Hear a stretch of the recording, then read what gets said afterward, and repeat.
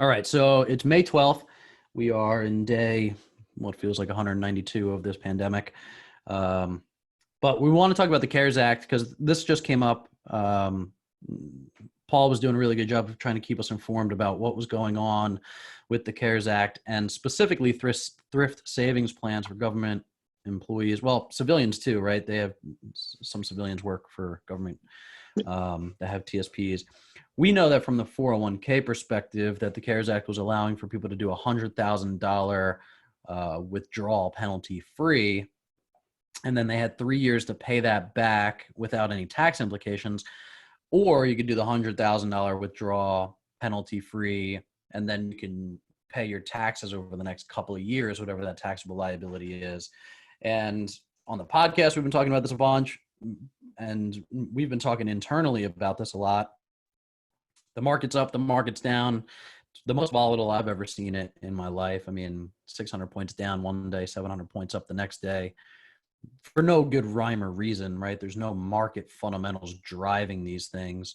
So we have a lot of clients and investors that have been reaching out to us saying, hey, what can I do right now? So let's talk about what we can do. If you're a 401k holder, you can go and access $100,000 penalty free, and you can go and utilize that capital for pretty much whatever you want. We have a lot of military and civilian background people with TSPs, and I just didn't know what that looked like. So Paul, what'd you find out? Yeah. Hey, Stephen. Yeah, I've been following this pretty close. And once the news came out that you'd be able to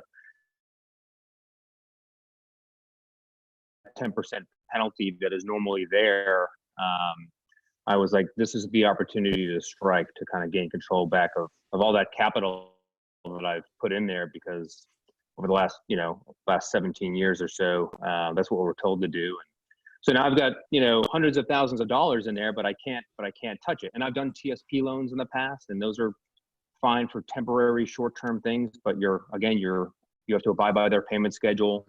It's amortized over 5 years for a personal loan. And the payment comes right out of your paycheck, right? Yes, exactly right. You are paying yourself back, but what you lose, and we'll get into this a little bit later in the next video probably, is Vice using an infinite banking style dividend paying whole life insurance policy. That money that comes out of your TSP in the form of a loan, that reduces your balance. You're no longer earning on that money. So you get hit as far as your earnings are going to go.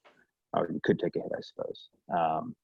So when the CARES Act came out, it allows for a withdrawal up to $100,000, normally penalty free. Normally there's a 10% penalty assessed.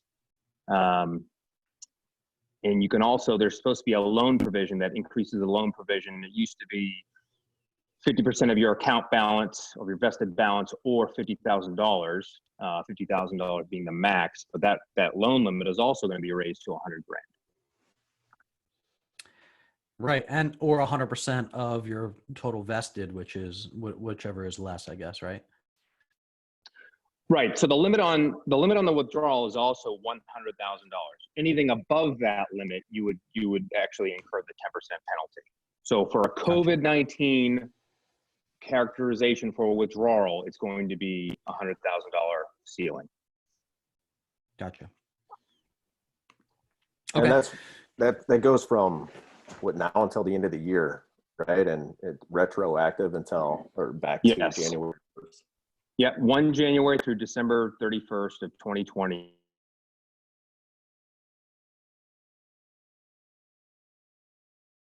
Whenever they want. Yeah. So have either of you guys put applications in to do the withdrawal?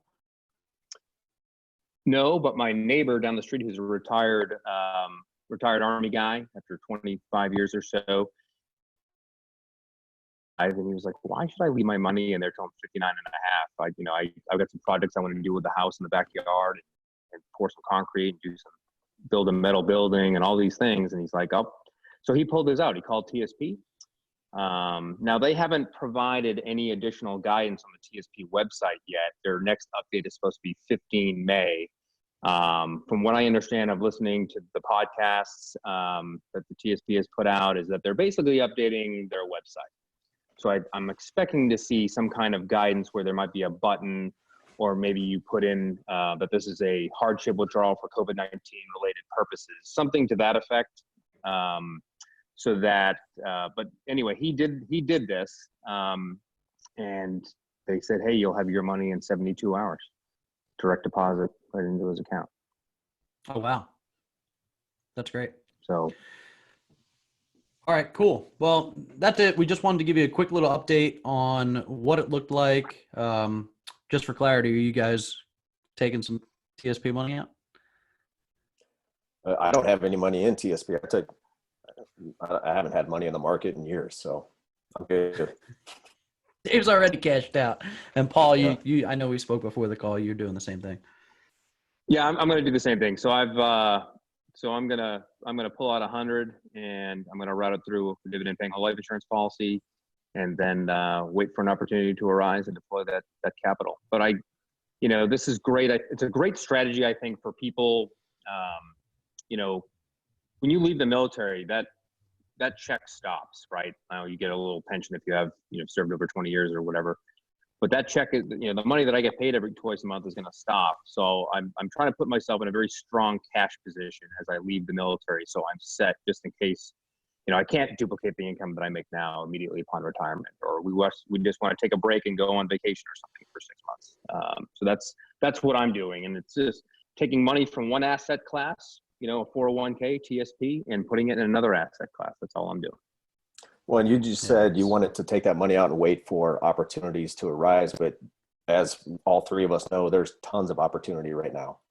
So you don't have to wait very long. As soon as that check clears, you can put that money to work, right? You just got to know who to talk to. Yeah, and I happen to know a few guys, which is great. No, absolutely, for sure. Yeah. Yeah.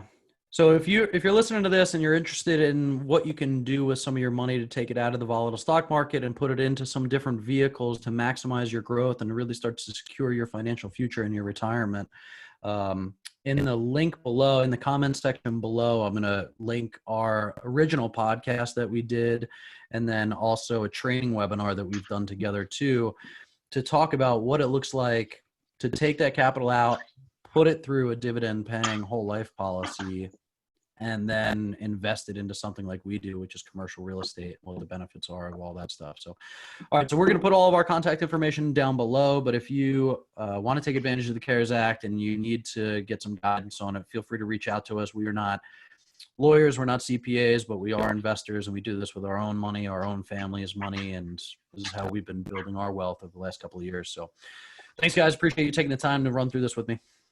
Yeah, thanks Steve. Appreciate it. All right, guys.